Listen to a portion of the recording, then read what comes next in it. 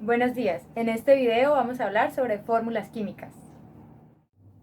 Las fórmulas químicas me indican la composición molecular de las sustancias. En esta oportunidad vamos a hablar de 4 tipos de fórmulas químicas: fórmula empírica, fórmula estructural, fórmula electrónica y fórmula molecular.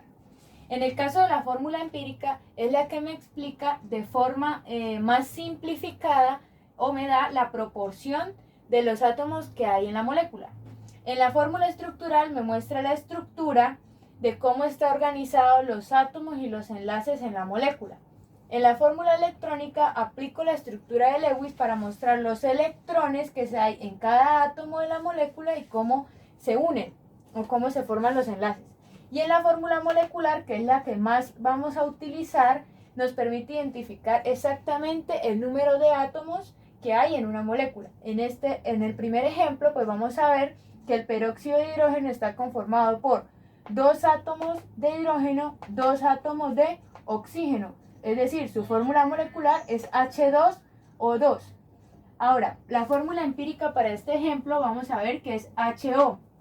Si simplificamos el 2 en cada uno, 2 dividido en 2 me da 1, 2 dividido en 2 me da 1. Por eso esa es la fórmula empírica. Es la forma más simple o más sencilla en donde podemos encontrar la fórmula de un compuesto. Recordando que un compuesto es la unión de 2 o más átomos y que los átomos corresponden a un solo elemento cualquiera de la tabla periódica. Eso es un átomo. En el caso de la fórmula estructural para el mismo ejemplo, aquí nos muestra que los 2 átomos de oxígeno se unen y al lado de cada uno se unen los átomos de hidrógeno. En la fórmula estructural vemos muy similar a en la fórmula electrónica, es muy similar a la fórmula estructural, pero acá vemos los electrones que están en la capa de valencia de cada uno de los átomos. Aquí vemos 6 electrones para el oxígeno y 1 electrón para el hidrógeno.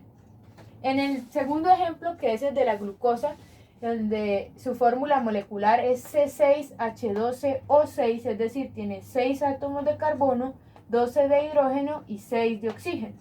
La fórmula simplificada o donde me muestra la proporción de la glucosa sería la fórmula empírica.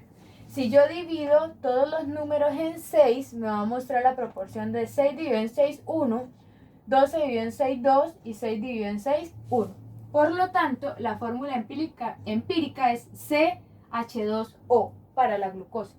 La fórmula estructural simplemente me muestra todos los átomos de carbono, hidrógeno y oxígeno y los enlaces en que se une la molécula. En el caso de la fórmula electrónica, que es muy parecida, repito, a la estructural, pero la diferencia es que me muestra los electrones que se están ubicando para formar estos enlaces. Recuerden, cuando tenga puntos y X me muestra los electrones, cuando tenga guión o lineecitas me muestra los enlaces. Eso es lo que diferencia estos dos tipos de fórmulas. A continuación, pues les voy a dar otros ejemplos. Ahora vamos a ver el ejemplo del etano, que es C2H6. Quiere decir que hay 2 átomos de carbono y 6 átomos de hidrógeno. La fórmula empírica para el etano sería CH3, simplificando el 2 y el 6 en 2, dividiéndolo en 2 cada uno.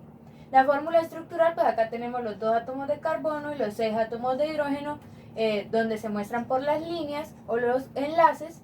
La fórmula electrónica, donde me muestran los electrones de valencia. En el caso del agua, que es H2O, 2 átomos de hidrógeno y 1 átomo de oxígeno, la fórmula empírica se mantiene igual. ¿Por qué? Porque no se puede simplificar los 2 átomos, entonces la fórmula empírica es igual. Aquí vemos el átomo de oxígeno y los 2 de hidrógeno unidos por los enlaces. Aquí vemos los electrones en la fórmula electrónica.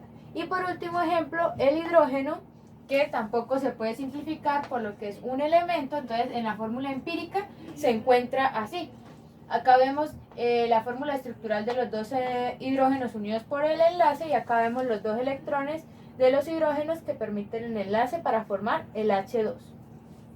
La idea con las fórmulas químicas es que usted pueda identificar, es decir, al observar las fórmulas usted pueda conocer si es fórmula empírica, estructural, electrónica y molecular. Así es como debe resolver el primer punto de la fase de cierre.